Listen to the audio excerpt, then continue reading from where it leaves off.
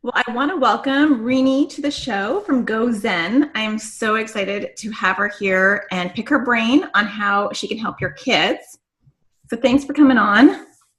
I am so excited to be here. Thank you for having me. Yeah, I'm sure you are full of really good ideas. And I thought the topic that we could talk about today is how to motivate kids to independently help themselves with anxiety and OCD. It's Mhm. something that I'm really passionate about, like empowering them to help themselves. Yeah. So I'm wondering what you think about, like, how do you begin that conversation with your child? You know, I don't think any of us as kids, nor as adults, do we want to think that there's something wrong with us constantly that we have to fix. I think if we wake up in the morning thinking, oh my goodness, here are here are 500 problems that we have that we need to work on, and that's what the day is going to be like, and that's what my life is going to be like. It becomes a struggle. It feels like you're walking through molasses. It does for kids, it does for adults. And so, what I really, really like to do with kids is be extremely authentic with them and let them know that there's nothing wrong with them. There is nothing wrong with them, even though maybe they've heard in different ways, right? Either in a very straightforward way, there's something wrong with you, or in an underlying way, they're thinking that there's something wrong. But I let them know, if you are experiencing anxiety, that's awesome. You're human, right? Your Yeah. brain is actually strong and it is functioning the way that it's supposed to function. It may be overreacting a little bit, but you're perfectly normal. And so I start there. And I find from a super young age that kids are really interested in the science. I find that even 5 and 6 year olds are interested in the science of the brain and the body and what's going on. So I go from, yeah, this is something that all of us experience. Now, why do all of us experience it? And then I will tell them a story about the brain, and I will tell them stories about, back in the day when we were cave people and we had to go out and we had to hunt and we had to gather. Essentially, I'm telling a fight or flight or freeze response story, right? Why does our body do this to us? I'll say, we needed something to protect us. And so our brain has this part of the brain that can actually protect us. And that's the part of your brain that actually can create some anxiety. But you know what? It really is. It's protection. And so they get excited, they get engaged, they know that you're not, excuse my language, but BSing them, right? Because you're speaking from a point of where, at least whatever we understand about science right now. And so I find that that creates an opening, for kids. And like you can see that when you're talking about the science, or when you're talking about the idea that everyone gets anxious, just the shoulders like relief, you Yeah. know? Yeah. Yeah, I like the normalizing of it. I think that maybe that's something that a lot of parents miss, is just that normalizing of this is a part of the brain that reacts this way to protect us. And so then how would you talk about that with OCD? Do you have any thoughts on that? Yeah, so it's interesting because if it's just generalized anxiety or another type of anxiety, a lot of cognitive behavioral therapy techniques will work. So a lot of restructuring, a lot of reframing of what's going on, a lot of you've fallen into a thinking trap, or I call them thought holes, and let's fix those. For OCD, not as much, right? Because for OCD, it can be something completely different neurologically going on. The way that I like to explain it to kids is that basically your brain, you have a brain box inside your brain. It's like an email inbox, and you are keeping track of all the email instead of putting a bunch of it into spam, right? So your spam filter is broken, basically, and you're paying attention to every single thought. But guess what? We all have strange thoughts. And they're like, what? I'm like, yeah, I have them all the time. We all have things that we could think about over and over and over again, and things that maybe we're not proud to talk about, right? We're embarrassed to talk about. Like, I have those thoughts too, but they go into my spam filter because my spam filter is working.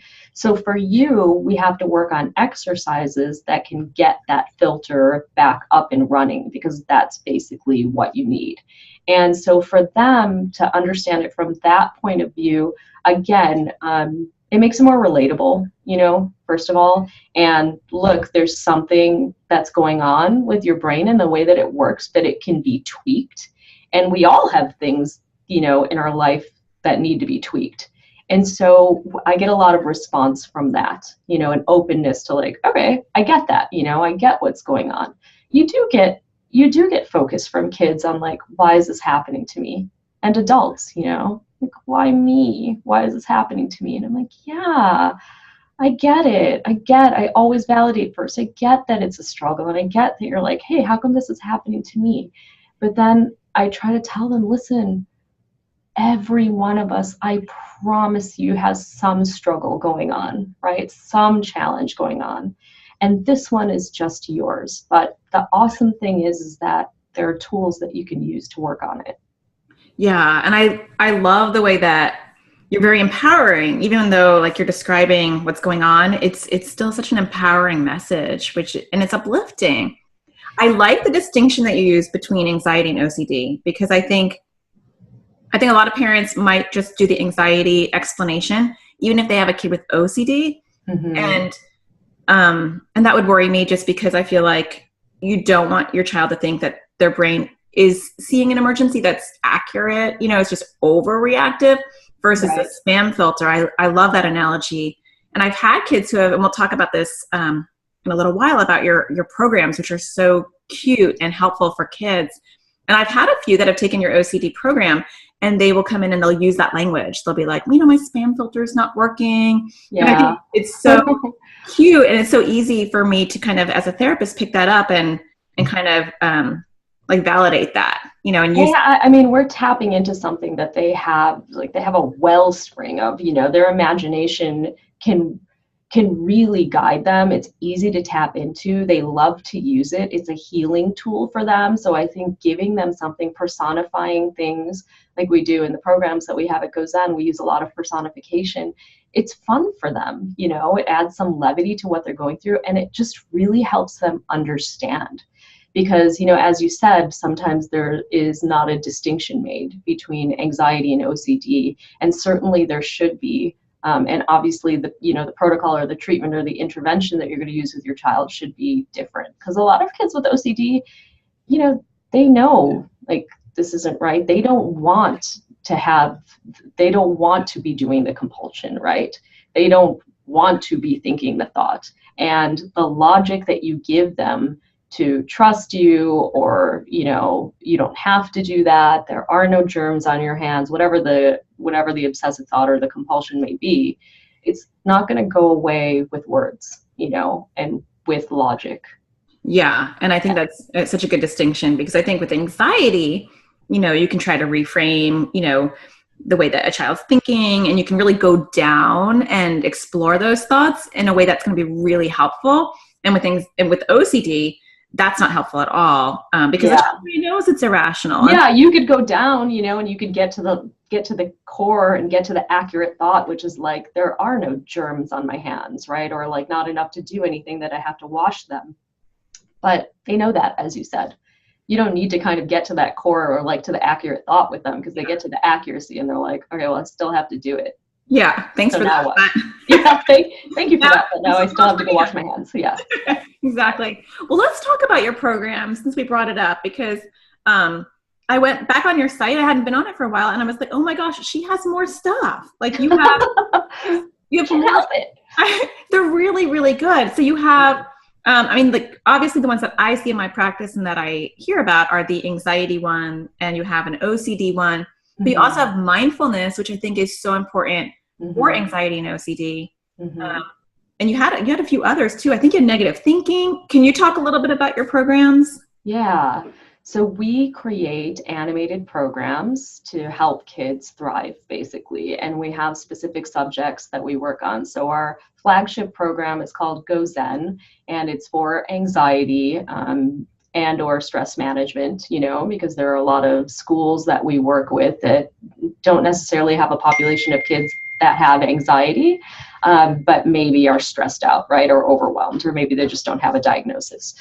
So we have the GoZen Anxiety Stress Management Program, and then we have a social and emotional learning program called Go Strengths, which teaches you resilience skills and really goes into a lot of things from the field of positive psychology, which is my background.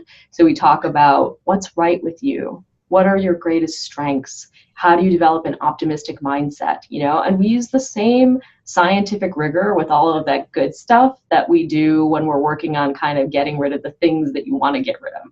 And so that one's a really empowering program. I like the words that you use, Natasha, because kids are like, what do you mean I have strengths? It's like, yeah, we can actually take these surveys and find out what your greatest strengths are. So that one's a longer form program, Go Strengths. It's about 10 modules, 113 animations, often used in schools or therapeutic practices, and then used by parents. And then we have, as you mentioned, there's a mindfulness program. We have a panic attack relief program. Oh my, I saw that. Yeah. That's yes. That one I hadn't seen before. Yeah. Yeah, that one was fun. I'm laughing because it's such a wild program. Like the cartoons that we make. So we teach an animated format basically. And our goal was not to kind of cut the middleman out, Natasha, not to cut you and I out, right? As like the coaches that cut out. But really the idea that kids are pretty sophisticated and they can learn a lot of tools on their own, and they can learn directly, and it doesn't have to be so serious all the time, right? We can add levity, we can use imagination, we can use creativity. These are all tools that they have, in abundance anyway. And so we use all of those things in the program. So the idea is that the kids watch the cartoons, they learn the skills, and then they're supported by their parents, their therapists, their school teachers. Yeah. Yeah, and I think they're great. And I do feel like sometimes cutting out the middle person is not a bad thing. I feel like there are so many barriers to therapy in and of itself. You have, you can't find a really good provider, and with OCD especially, not to go on about OCD, but it's super hard to find an OCD specialist. Anxiety is not as hard, but I think it's still hard to find a really good therapist. And there's a lot of rural areas. There's a lot of people in different countries that don't have access to mental health in the way that they can. There's financial barriers. And then there's a stigma. I think that a lot of times kids don't want to go to therapy, or a partner doesn't want their child to go to therapy. And so to get through all those layers of barriers to get into therapy is somewhat of a miracle in and of itself. And so if people could have access to tools that would help them directly in their home, it would be huge for so many families. So I think accessing your programs, learning online is a great thing. I couldn't agree more. I mean, I think that, for all of the reasons that you mentioned, for stigma, for inaccessibility, it's cost prohibitive for a lot of people, right? So most of the kids that need help will never get help. I believe the number, and this is the number that they have based on the statistics that they have, but it's like 80% of kids who have some mental health issue or challenge will never get the help that they need. And that's unconscionable, for us as a group of individuals raising this generation, right? Not to be able to give them the help that they need. Yeah. And so really we have to have programs like this or other ways for kids to directly access tools. Yeah. Yeah. And I think a kid might be more open to watching a video at home than they would be to going to see a therapist. I think that leap is a huge one. And I think if you can get anxiety or OCD on their radar, you're going to make some progress. I mean, we get asked all the time, from parents, so how do I get my kids to watch this video? That's the big, how do I get them to do it? And I said, I say to them, that's our job. If I haven't built the engagement into there, if I haven't piqued their interest, then I've done something wrong. I don't want you to have to shove it down their throats, because clearly for any change to happen with any human, there needs to be buy-in, right? There needs to be intrinsic, something that comes from within you, the motivation to make the change. Otherwise, it's just another burden for anyone, for a kid, oh my goodness, you're giving this other thing to do, right? and you're saying something is wrong with me. And those are the things that we want to remove, those barriers from the beginning. There's nothing wrong with you. You're human.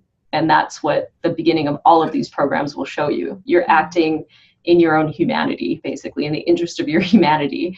And then, the other thing is that it can be entertaining. Why does it have to why does it have to not be entertaining? And I know that you feel that too, Natasha, because when I watch your videos, you make me laugh, Which is for kids, like, oh my goodness, I didn't think this was going to make me laugh. I thought this was very serious. Like, I have a very serious problem, and it's going to be very serious. Yeah, and I think sometimes parents think that it has to be serious. All parents will email me and they'll say, I personified their anxiety, and we're calling it Bob or whatever, and I don't think this is working because they're laughing every time I say Bob. And I'm like, what part of that is okay? Like, wrong? Like, why can't it be funny and uplifting and silly while working on it? So incredibly therapeutic, right? For it to be funny and silly and like to be able to laugh at it. Yeah. No, I think humor is huge. And so, I think you want to, as parents, you want to incorporate that. And you're bringing up some good points, because I feel like it is hard to get kids to sometimes even watch a video. I think it's easier because I have multiple layers. So I have, my therapy practice, and to get a kid into therapy can be tricky depending on the kid. Some kids are like banging on the door and they really want to come in. I have online classes, mainly for parents, but one for kids, and to get them engaged and committed to like a couple of hours to sit there is really a little bit hard. Then I have a book, but even to get them to pick up and read a book is a little bit hard. And the videos I think are the easiest, like bite-sized videos directly for kids that are entertaining is absolutely the easiest, most digestible way to help.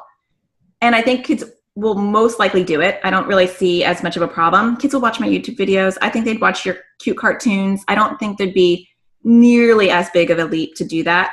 But you're going to get some kids who don't want to do anything that has the word anxiety, OCD on it. So What do you do with those kind of kids? Yeah, so sometimes there is just serious resistance, because they don't want to do that. And I think you need to always meet your kid where they're at, right? Because what are you going to do if you're fighting resistance? You're basically adding fuel to a fire, right? It is not going anywhere. So we can't use fear-based tactics when it comes to these things. You really have to kind of win them over to the idea that, look, we're all a work in progress. We're all working on these things.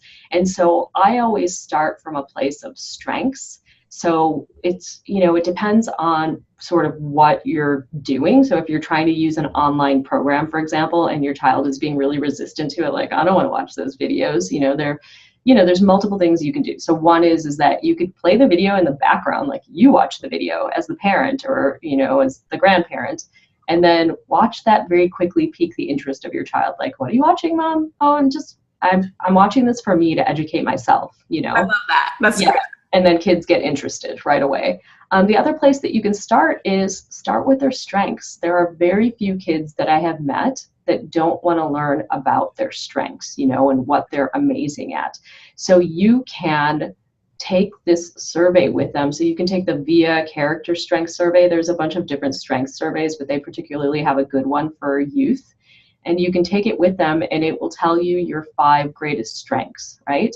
And when you start from a place of, and I'm not talking about positive thinking, right? So all of this is the underbelly of all of this stuff is based on a lot of research, right? So there's a lot of science behind the survey that I'm particularly talking about. But when you start from a place of strength, it just opens them up, because what you need to do with a child that's resistant is build a connection. Right? So if you think about it in your own life, who do you go to when you have a problem? And who do you allow into your life? So if you have a problem, like let's say at work, and you go home to a roommate or a spouse or a friend or whomever, and they're not being kind to you, or they're constantly trying to fix you, instead of listening to you, you probably aren't going to share your issues with them or open up to them. So if I came to you, Natasha, and I was like, oh my goodness, I had like the worst day of work ever, right? And you were like, oh, just get over it. Or, you know what, here are these 10 things that you can do to fix it. Back off for a second, I just need a listening ear. So Yeah. what our kids need in the beginning, even though it's so hard, and I'm a parent myself, so the knee-jerk response is like, let me fix it. Let me fix it. I know how. Let's just do this thing. I don't know why you're not listening to me. It will fix it for you, Yeah. right? So we need to put the agenda aside on fixing and really rebuild a connection to them where they're open to telling us what's going on. That is the first step to any child that's resistant. And once you get that, and another way that you can get it is really just turning the focus on yourself and talking about yourself, right? So I'll just give you an example. My daughter started kindergarten yesterday, and I think she's having a hard time. That's my guess, right? And I might be projecting that I'm guessing. And she's not opening up about it just yet. So when I went home yesterday after work, I wanted her to talk about it, and I was having a hard time getting her to talk about it. So I just started talking about myself and like the issues that I'm having at work. Now my daughter's 5, so this can be very different, but actually the idea is the same. So I started focusing on like, I had kind of a hard day at work today, and she's 5, so I'm telling her in really simple terms. I was late to something, and you know how I don't like being late, and I felt so disrespectful for being late. And she started getting interested in what I was saying, and then I just stopped because I wasn't, I thought it would be too obvious then to turn around and be like, so did you have a hard time today? And she started talking. So another way to get them invested is really just obviously listening mindfully, but just kind of talking about yourself authentically, right? I was trying to be authentic because kids have a really good radar for inauthenticity, right? For fakeness, if you're being fake. So you have to be real. So again, we're talking about kids that are resistant. So being mindful, giving them space, listening to what they're saying, and having one agenda only, which is connection. That's it. Not fixing, just connection. That's all. And that is so huge. I think it's such a great, even though it seems simplistic, it's something that I think as parents, we don't often do. And that's the number one complaint I hear in my practice is I don't want to talk to her because she just wants to fix it. And I know that was my learning curve with my first kid too.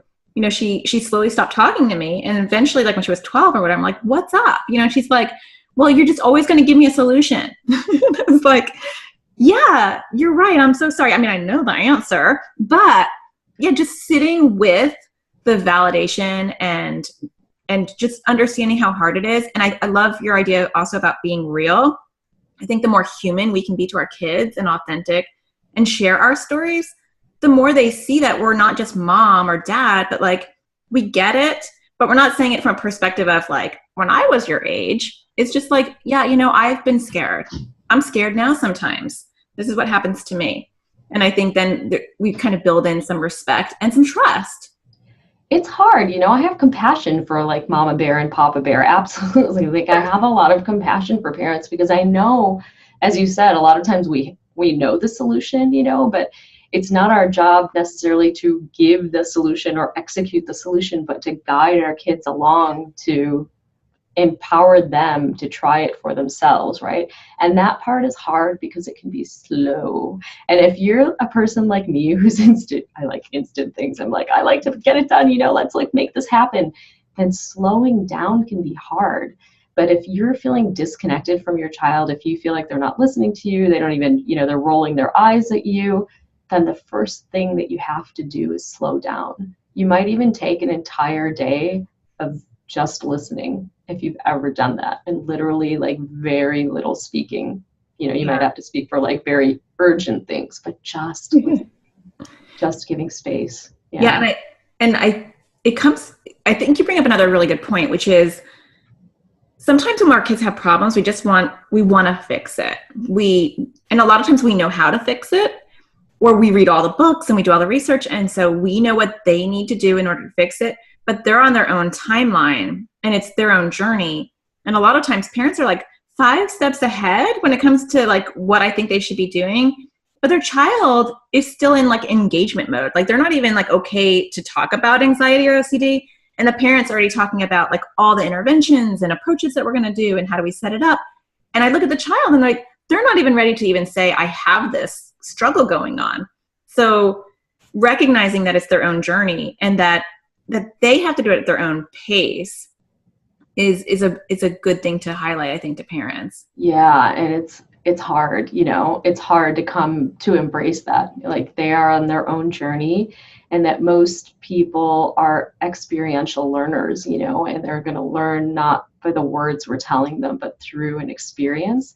And it's hard to watch our kids be uncomfortable. That's one of the hardest things, to watch their discomfort. Yeah. Yeah, it can be, but we have to be able to tolerate their discomfort, because and just lend them the perspective of strength, because they do have it, right? They have the resources inside of them. And I think just having that belief that they can get through certain things, and that you can get through certain things that they're getting through, whether that be social anxiety or test anxiety or OCD or what they're going through.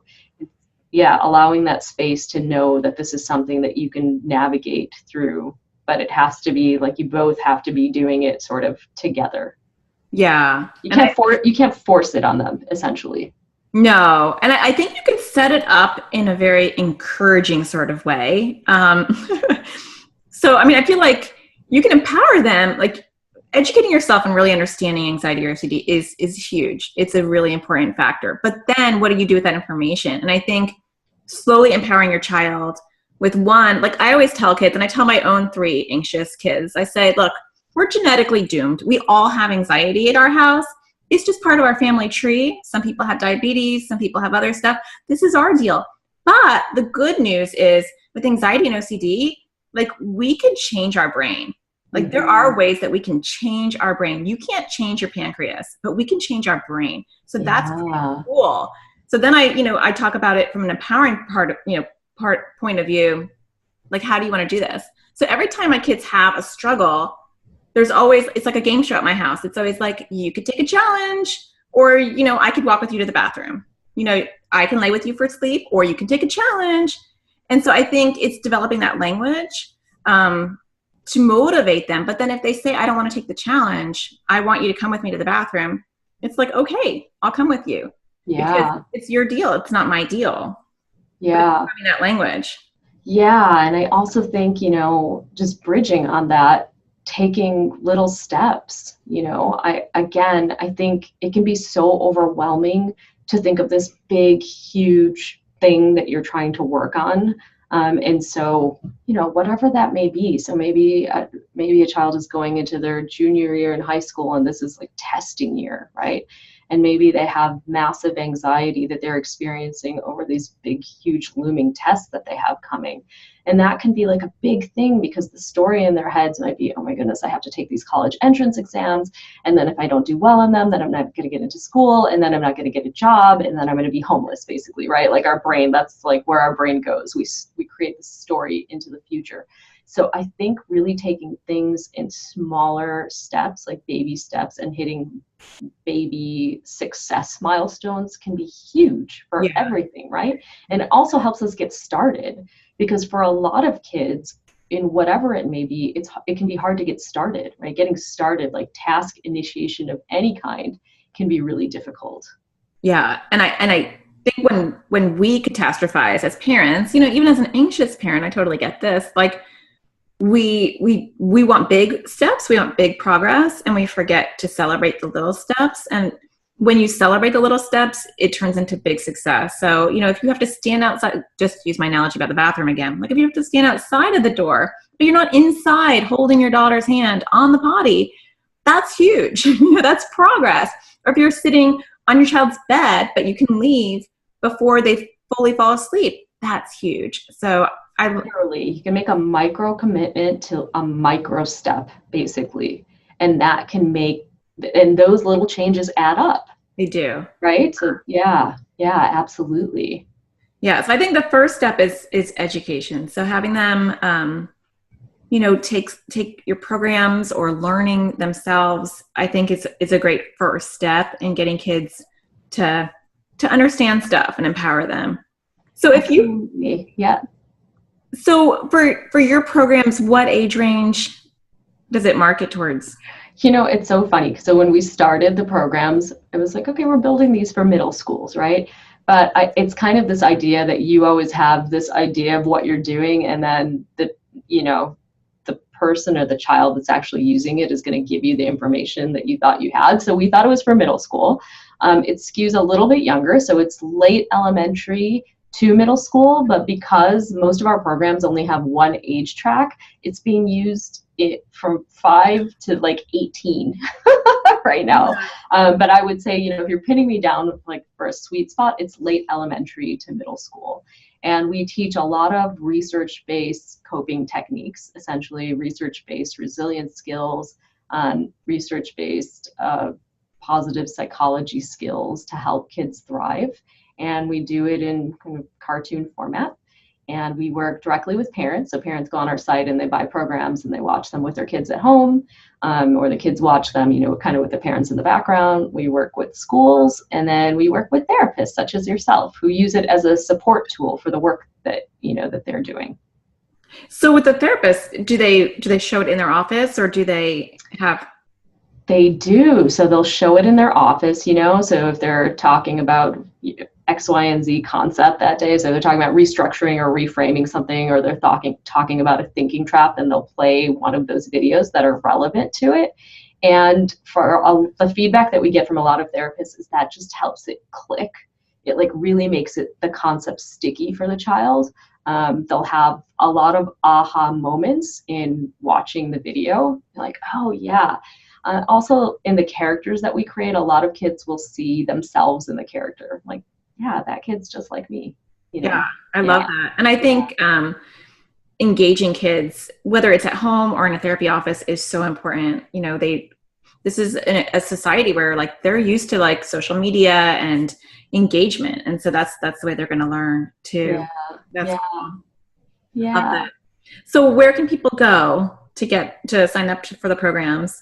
Yeah, the best place to go is GoZen.com. So it's GOZEN.com. And we have lots of free resources too. So there's free animations you can sign up for. We have lots of blog articles. You know, we also have a YouTube channel. And so you can check stuff out there. And then we have paid and premium programming for, you know, like we talked about, parents and educators and therapists as well. Such a good resource. So I really appreciate you coming on and sharing that and just sharing your wisdom and your like uplifting approach on how to help kids with anxiety and OCD. Thank you, Natasha. And the feeling is mutual. I love your work. Thank you for all that you do. And thank you for having me on. It was an honor. Yeah. Thank you for coming.